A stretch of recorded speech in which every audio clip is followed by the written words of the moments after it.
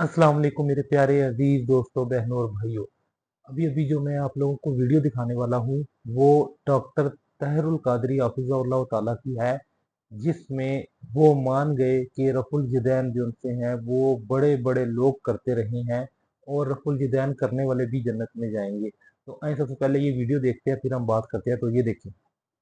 तो जन्नत हाथ बांध के पढ़ने वालों के नाम रजिस्ट्री नहीं है, और जन्नत हाथ छोड़ के पढ़ने वालों के नाम भी रजिस्ट्री नहीं है। ये बांधना और छोड़ना तो अरकान सलात में से ही नहीं है सिरे से। आप हाथ छोड़ के पढ़ते रहे, हाथ बांध के पढ़ते रहे, दोनों सबील में जन्नत का जाने का इम्कान मौजूद है। दरवाजे खुले हैं, इन चीजों में फर्क नहीं पड़ता। जन्नत रफा यदैन करने और रफा यदैन न करने के किसी एक तबके के लिए रजिस्ट्री नहीं है। भाई रफा यदैन करने वाले भी जन्नत में जाएंगे, आप जाके देख लेना। इमाम बुखारी होंगे कि नहीं जन्नत में, इमाम मुस्लिम होंगे कि नहीं जन्नत में, इमाम अबू दाऊद, तिरमिज़ी, नसाई, इब्न माजा सब होंगे कि नहीं। अरे नीचे आ जाए, हुजूर गौसुल आज़म मेरे और आपके और कुल दुनिया के शेख अब्दुल कादिर जिलानी होंगे कि नहीं जन्नत में। ये सब रफा यदैन करते थे। अब मैं उनका मुरीद हूं, मैं हनफी हूं, मैं रफा यदैन नहीं करता। मैंने किताबों में सैकड़ों हदीस दर्ज की हैं तरके रफा यदैन पर, मगर इसका मतलब ये नहीं कि रफा यदैन करने वालों को माज़अल्लाह कोई गुमराह समझे। अस्तगफिरुल्लाह अलज़ीम। ये हुजूर अलैहिस्सलाम की सुन्नत और अदाएं हैं सारी, जो महफूज हो गई हैं मुख्तलिफ तरीकों से। जब जब जिन हालात में रफा यदैन किया, रब को वो भी अदा पसंद आ गई, कई मज़ाहिब से वो महफूज कर ली। जब तर्क कर दिया, वो भी पसंद आई, वो भी महफूज कर ली। रब ने मुस्तफा की एक अदा भी ऐसी नहीं छोड़ी जो मर जाए, जो खत्म हो जाए, क़यामत तक जिंदा रहे। तो मज़ाहिब इसलिए बने कि हर अदा मुस्तफा सलामत रहे। तो मैं आपको नसीहत ये करना चाहता हूँ, इन शनाख्तों से फर्क नहीं होगा।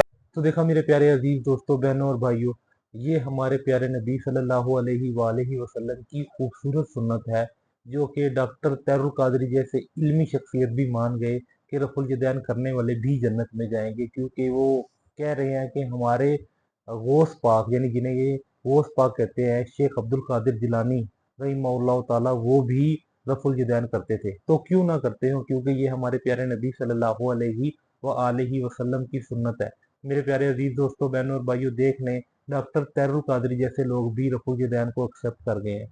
तो मेरे प्यारे अजीज दोस्तों, बहनों और भाइयों, अब आपके सामने मैं दलाइल रखता हूँ।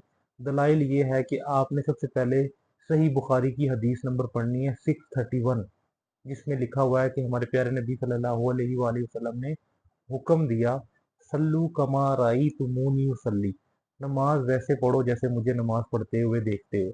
अब ये जिन सहाबी को हुक्म दिया, उन्हीं सहाबी से पूछ लेते हैं कि हमारे प्यारे नबी सल्लल्लाहु अलैहि वसल्लम नमाज कैसे पढ़ते थे। तो सही बुखारी की हदीस नंबर आपने 736 ओपन करनी है। वैसे 735 से लेकर 739 तक सारी रफुल जदैन की हदीसें हैं, लेकिन यहाँ पर आपने हदीस नंबर सर्च करनी है 736।